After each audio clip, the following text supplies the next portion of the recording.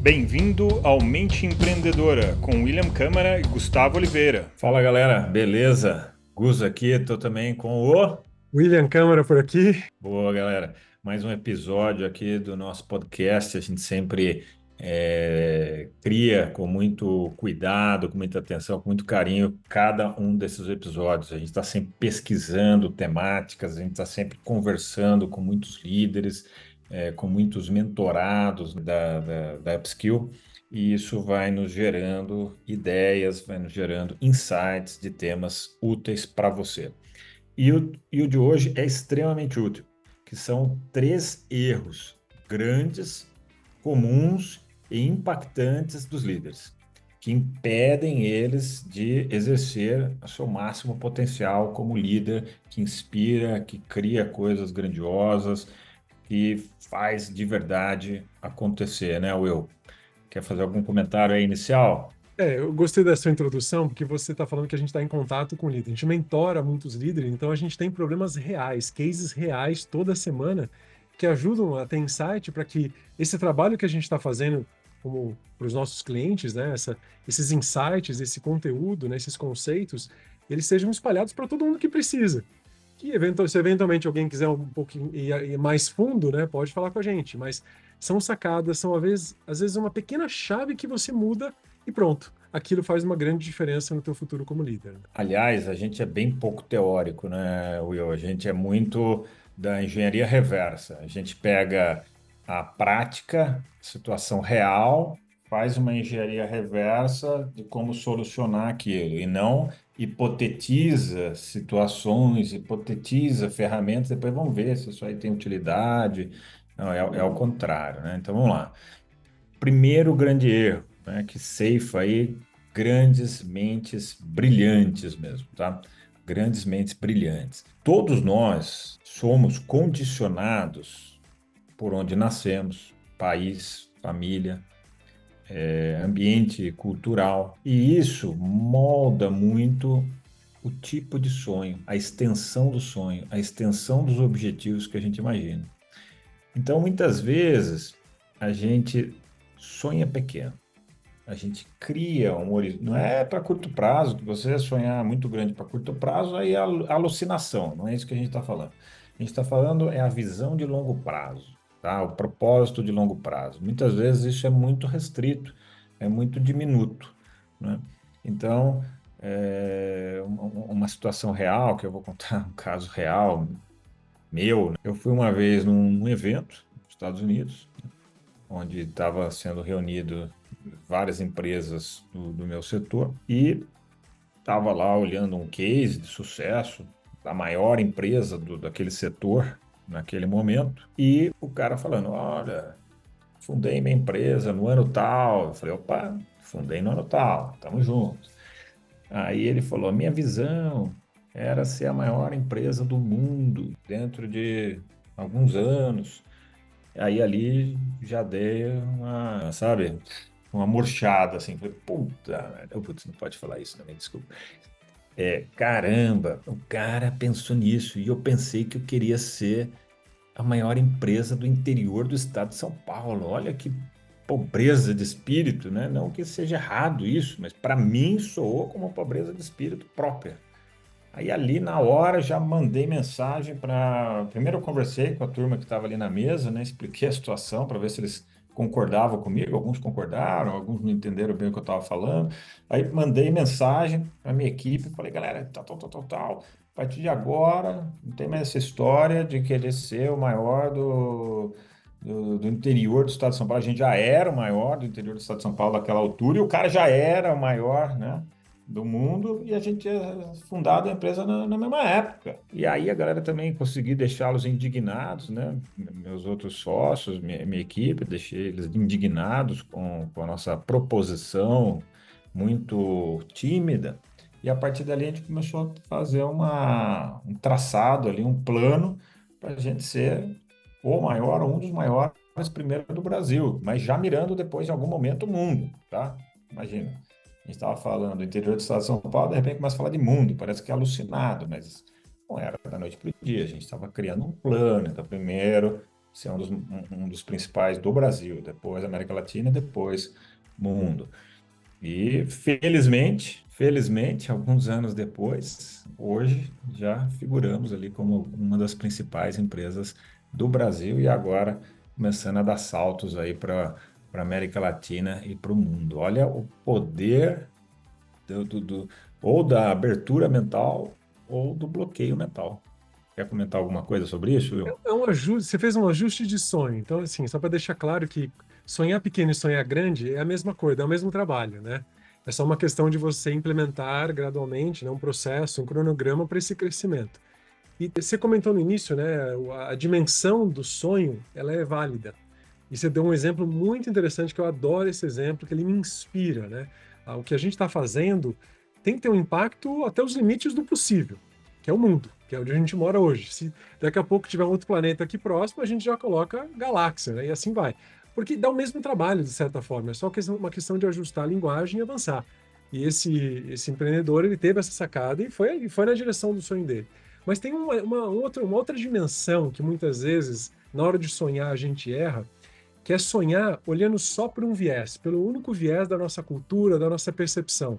Não só com relação a tamanho, mas com relação a formatos, a possibilidade, sabe, a qualidade do time, de pessoas, a olhar um viés. E aí o que a gente trabalha muito nas nossas mentorias é tentar expandir essa visão do tamanho, não só do tamanho do sonho, mas das possibilidades desse sonho. Não é abrir o leque demasiadamente. Baseado no que você está fazendo, para onde você quer ir, tem alguma outra coisa que dá para ir no conjunto sem gastar nenhum tempo, nenhum segundo a mais? Então é deixar o sonho um pouco mais largo, né? Não só maior, mas largo, abrangente, né? Abrangente, essa é a palavra que você estava procurando, né? Exato. Abrangente. E na teoria, eu já tinha ouvido falar desse negócio, sonhar pequeno e grande dá o mesmo trabalho. E eu achava balela, eu achava BS isso daí, sério, eu achava. Só que agora que eu passei pelo processo, eu digo, não é balela, é o mesmo trabalho. Porque você não vai executar já tudo e vai se tornar o maior do Brasil e do mundo da noite para o dia. Não é isso. Só que desde o começo você está criando a estrutura, o pensamento, o mindset na equipe, para que um dia, pode levar 20 anos, pode levar 30, mas um dia você chega lá. Agora, se você não se propuser a isso, não criar estrutura para isso, você não vai chegar lá nunca, né? É por isso que dá o mesmo trabalho, porque quando você vai criar uma mentalidade sua e na equipe, e a expectativa de tempo, é o mesmo trabalho. E no dia a dia, a conversa que você vai ter, os objetivos, é o mesmo trabalho. Agora, vai levar tempo, óbvio, fato, vai levar tempo, mas então fica essa reflexão, né? É um ajuste Quer de falar aí dos... mentalidade, né? É um ajuste de mentalidade para que a sua força profissional seja direcionada até onde ela pode alcançar, né? É como se você pega aqui, sai na tua varanda, fora de casa e dá um grito. Até onde o seu grito chega? Aí como que você pode gritar mais alto? Publica na internet, pronto, o mundo inteiro vai te ouvir. É mais ou menos isso, é escolher o veículo, né? A forma de colocar a tua mensagem, a tua missão, a tua manifestação adiante. Bom, Gus, vamos falar do segundo erro que os líderes cometem na hora de querer expandir, de querer crescer, né? Achar que o sucesso só depende dele mesmo. Será que o sucesso daquele líder só vai depender dele mesmo? E a resposta é bem clara e direta. Você pode ser o melhor líder do mundo. Se você não tiver gente para ir com você, você não vai chegar tão longe. Talvez você chegue rápido ali na montanhazinha, né? Mas você não vai chegar no pico mais alto. Então, networking, conversar com pessoas, construir relações, dedicar um tempo para construir relações, né? Valorizar o networking pode ser pode te dar um excelente retorno, né? E não apenas conexões, né? Por exemplo, semana que vem nós estamos indo para um evento no Rio de Janeiro, um Web Summit, onde o objetivo é fazer conexões com empresários do mundo inteiro. Então, isso tem um valor para a cadeia de crescimento, né? Possíveis relacionamentos para vendas, para investimento, um montão de coisa. Mas é um networking profissional, um networking com pessoas que às vezes não são da tua área, que podem trazer insights que você não conseguia enxergar. Eu lembro muitas vezes quando a gente estava criando o Upskill, você trazia uns insights de uma executiva de uma outra área completamente diferente. Eu falo, nossa, ela nem sabe, ela pode até saber, mas ela não tem detalhes da nossa operação, ela está dando um insight valiosíssimo. porque essas conexões, essa troca, né, com o network vale muito a pena, né? Você quer comentar sobre o network? Eu tenho mais um elemento para falar sobre equipes, mas eu sei que você tem um ponto aí de networking. Sim, muitas vezes, né, o empreendedor, ele é muito autocentrado, ele é muito pragmático, ele é um rolo compressor de pragmatismo e execução, tá tudo certo com isso. Só que às vezes ele se esquece que quando ele está cultivando o network, ele não está enrolando, ele está trabalhando. Parece que o empreendedor muito, né, ferrenho, fica com a sensação de que fazer network é não trabalhar, é fazer oba-oba. Só que esse oba-oba, teoricamente oba-oba, ele vai ser um acelerador, um catalisador para que as coisas aconteçam no médio, no longo prazo, ferrado, né? Então, se você é um empreendedor que está nos escutando aqui, você se identificou com esse sentimento, até porque imagina como é que eu aprendi isso, né? Na prática. Então, hoje, eu valorizo demais cultivar network. E cultivar network é como cultivar amizade, é como cultivar um relacionamento. Você tem que estar fazendo sempre. E não pode ser por interesse único exclusivamente. É por ganho, coleguismo, até amizade, sabe? Então, transformar muitas vezes parceiros, alianças e clientes em amigos. Aliás, tem um ditado, que eu não sei se você concorda ou não, eu também não sei se eu concordo ou não, mas que é mais fácil você tornar um cliente em amigo do que um amigo em cliente. Parece ser verdade isso daí. Ainda não tem uma confirmação na minha mente sobre isso daí, né? Um dia eu tiver uma conclusão, eu digo. A gente falou sobre a criação, mas também existe a manutenção disso. E às vezes algo que poderia parecer chato, se você coloca o significado certo de pensar em escalar, né, o teu negócio, a tua mensagem, aquele investimento de tempo numa uma conexão para networking pode fazer muita diferença a longo prazo. A curto prazo, talvez não. Pode te arrumar um cliente, né? O próprio exemplo da Upskill. A Upskill ela começou a crescer com conexões de dentro para fora, né? Pessoas que tinham contatos em empresa e foram se conectando e os nossos primeiros clientes são de amigos, né? São de pessoas próximas que foram apresentando e fazendo contato. Depois vieram as feiras, que fez a gente aparecer para o mundo, e aí os clientes começaram a vir de pessoas que não eram contatos, né? Mas essa rede é importante. Tem um outro elemento na parte de networking que às vezes a gente esquece. Quando a gente pensa em network, né, o que o sucesso só depende da gente, a gente está pensando da porta para fora, mas tem um network que tem que ser feito também, que é da porta para dentro.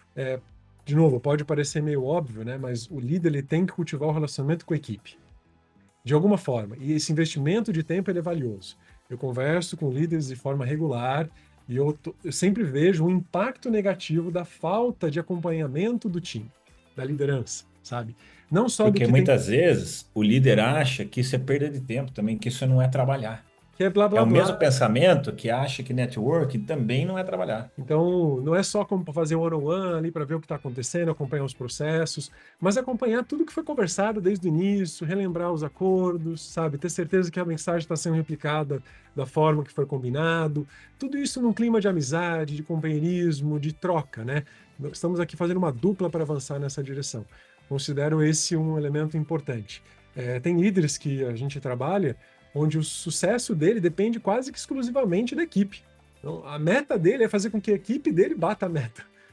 Se isso não acontecer, não tem sucesso algum. Então, o sucesso não depende só da gente. Tá? Isso vai ser um impulsionador. Você vai puxar o fio ali, mas tem que vir com um montão de gente junto ali para te ajudar a crescer e se sustentar ali, né? Não ter sucesso é fácil. Se sustentar na posição do sucesso exige mais estratégias. Boa. E tem o último, que não deixa de ser menos importante, né? O terceiro grande erro. E eu aprendi esse com mais intensidade, com mais veemência, quando eu morei nos Estados Unidos. A gente não percebe, mas por termos nascido no Brasil, aliás, não estou falando mal do Brasil, eu adoro o Brasil, sou nacionalista até. Por ter nascido aqui, a gente adota muito uma postura de humildade excessiva. E aí, quando eu fui, né, para Nova York, com essa humildade excessiva natural do brasileiro, aliás, falam que brasileiro é português com açúcar, né, porque a gente tem uma grande descendência de Portugal, a gente acha às vezes que o português é rude, Não é que ele é rude, ele é firme e direto. E se você comparar o português ainda com o estadunidense, lá, o americano, é pior ainda. Aí parece que o cara é um brutamontes. Mas o que que eu aprendi lá? Eu aprendi que se não tivesse uma postura firme, decisiva, autoconfiança, seja para falar a asneira que fosse, mas falar com confiança, sabe? Eu brinco que até mendigo de metrô em Nova York tem autoestima e autoconfiança alta, porque os caras falam os negócios como se tivesse o dono da verdade. Então, aprendi isso a duras penas lá, senão você é literalmente ignorado com sucesso. Você tem que ter uma postura muito intensa, muito firme. Agora, a gente tem que cuidar para que isso não se torne arrogância. Não estamos falando de arrogância, tá? Estamos falando de postura, posicionamento, firmeza, autoconfiança, de quem sabe o que está falando, quem sabe o que faz, sem ficar água com açúcar, sabe? Sem ser ignorante também. Então, aprendi isso lá a duras penas, né? Então, precisamos adotar isso como líder, né? Essa confiança, Gus, está muito ligada ao quanto que você viu do mundo. Porque se você não viu, se o mundo é um mistério para você, né? Se o que existe ainda é um mistério, você não tem certeza se o que você tem realmente é algo valioso, você fica ali quietinho, como se, não tenho certeza, você vai mais de forma comedida, né? Agora, na medida que você se permite ampliar os horizontes para ter certeza que a tua mensagem ela tem valor, você tem que expressar isso com confiança, senão você não vai ser ouvido. Ninguém ouve quem não sabe, não tem certeza daquilo que está fazendo. Por exemplo, atualmente hoje nós temos uma metodologia, nós temos um grupo de mentores que atendemos, que usamos no Upskill, que ele é fora do comum, não tem igual no mundo, e a gente sabe disso. Criamos uma plataforma com metodologia exclusiva, validada por uma universidade do Canadá, que atestou o nosso framework de desenvolvimento de liderança. Temos mentores, são colegas de décadas que estão ali trabalhando para desenvolver a autopercepção, habilidades de liderança, habilidades do futuro, para que o líder prospere no futuro. Então a gente fala com vontade, com certeza mesmo. Eu vejo, às vezes, alguém me indicando, falando, tem essa empresa aqui que tem mentores tal. Sim, são pessoas de mercado que já têm uma expertise, mas elas não têm a nossa metodologia. Isso tem um grande valor, sabe? Isso é um grande potencializador desses elementos que vão gerar autoconfiança. Então a gente fala com muita confiança mesmo, né? Então a nossa vida profissional está sempre evoluindo. Então quando a gente percebe que está dando um tropeço, tem que parar, veja onde que você pode aprender e seguir adiante. E essa parte do ego, ele tem que ser o nosso herói, não pode ser um vilão, não pode ser alguma coisa que diminui a gente, né? Tem que colocar a gente para cima e para frente. Bom, pode ser que você já tenha tido um ou mais desses erros, pode ser que você ainda tenha, você ainda faça, né, um desses erros. Então fica aqui essas reflexões, esses insights, e a gente espera que isso tenha contribuído de alguma maneira aí contigo, tá bom? A gente deixa aqui para vocês um grande abraço. Esse foi o episódio de hoje. Se você quiser conhecer mais sobre o assunto, sobre todo esse desenvolvimento da mente empreendedora e da mente do líder do futuro, convido você a acessar o meu site gustavooliveira.com.br, que vai te direcionar para todo o trabalho da Upskill e todo o trabalho de desenvolvimento da liderança que a gente faz. Um grande abraço!